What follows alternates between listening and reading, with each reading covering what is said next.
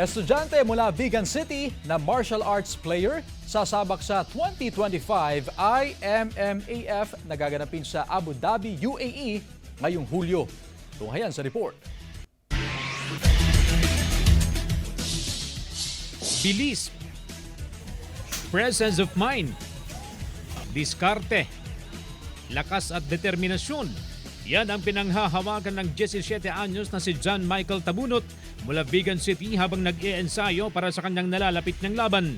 Isa siya sa mga napiling kinatawan ng Pilipinas para sa gaganaping IMMAF Youth MMA World Championship 2025 sa Abu Dhabi, UAE sa darating na July 20 hanggang 27, 2025.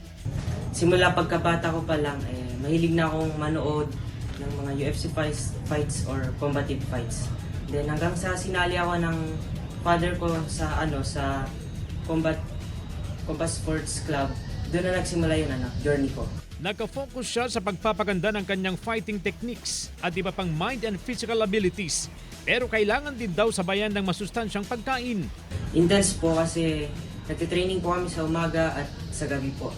Then, ine-specialize po namin yung technique namin, then technique po namin na gagawin sa laban. Para naman kay Coach Leo, kita niya ang determinasyon ni JM. Kaya hanggat may oras, tuloy-tuloy ang kanilang training upang mas lalo pa umanong kondisyon at nakahanda sa lahat ng aspeto si JM. Okay, kailangan marunong ka ng iba't ibang disiplina, kaya na ang striking disciplines. Dapat din marunong ka sa grappling arts. Kita at ramdam sa bawat suntok ni JM ang determinasyon, disiplina at tiwala niya sa sarili. Dahil ang kanyang laban ay para raw sa kanyang #1 fan, ang kanyang mga magulang. CJ Torida, One North, Central Luzon.